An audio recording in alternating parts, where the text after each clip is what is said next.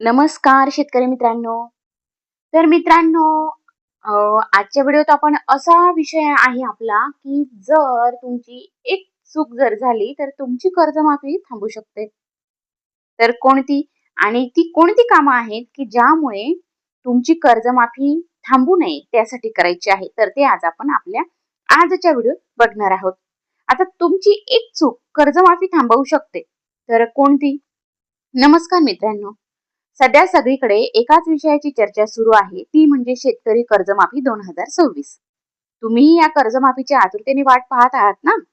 पण जरा थांबा. कारण शासनाकडून कर्जमाफीची तयारी जोरात सुरू असली तरी एका छोट्याशा चुकीमुळे किंवा अपूर्ण कागदपत्रांमुळे तुमचं नाव या योजनेतून वगळलं जाऊ शकतं.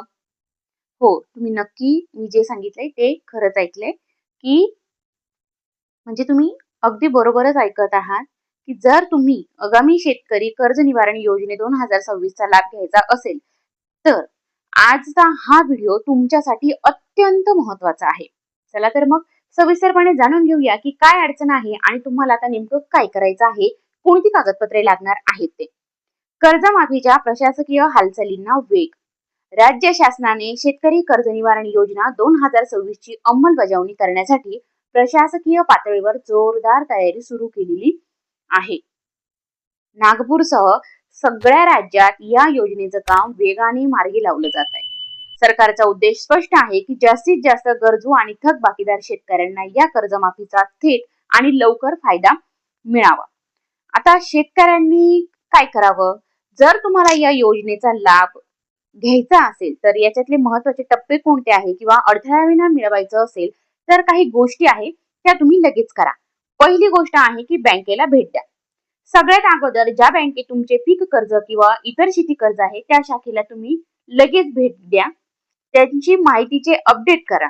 म्हणजे काय, तर बँकेच्या अधिकाऱ्यांना भेटून तुमचे कर्ज खातं, आधार कार्ड आणि आवश्यक माहिती एकमेकांशी लिंक आहे की नाही याची खात्री करा.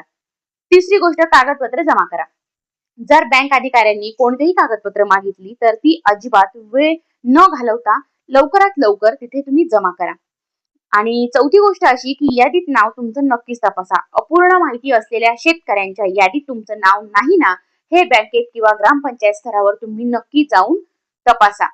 आणि अजून एक गोष्ट अशी कोणती, की तर अडचण नेमकी कुठे येत आहे, तर प्रशासन जरी वेगाने काम करत असलं तरी सध्या एक मोठी अडचण समोर आलेली आहे. तीही तांत्रिक आहे. म्हणजे कोणती, तर अनेक थकबाकीदार शेतकऱ्यांची बँकेतील माहिती अपूर्ण आहे. म्हणजे काय आहे, तर केवायसी, आधार लिंक इत्यादी माहिती अपूर्ण असतात आणि आहेतही.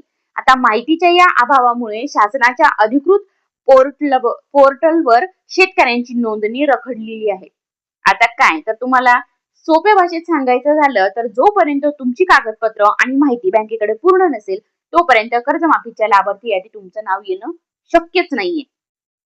कारण प्रशासनाने आता अशा अपूर्ण माहिती असलेल्या शेतकऱ्यांच्या याद्याही जाहीर करण्यास सुरुवात केलेली आहे. थोडक्यात सांगायचं काय, तर कर्जमाफीचा मार्ग मोकळा झालेला आहे. फक्त गरज आहे ती तुमच्या सगळ्या कागदपत्रांची अप टू डेट ठेवण्याची. त्याच्यामुळे आजच वेळ काढा आणि बँकेची कामे नक्कीच मार्गी लावा, की जेणेकरून ऐनवेळी तुमची धावपळ होणार नाही आणि तुम्हाला कर्जमाफीचा नक्कीच लाभ मिळेल. तर मित्रांनो, असे रोजचे कर्जमाफी अ, नमो आपण जे म्हणतो, की नमो पीक धारणाचे जे पैसे असतात ते. तर अशी माहिती माझ्या चॅनलवरती रोजच तुम्हाला नक्कीच ऐकायला मिळेल. तर जर तुम्ही माझ्या चॅनलवरती नवीन असाल, तर चॅनलला नक्की सबस्क्राईब करा. धन्यवाद.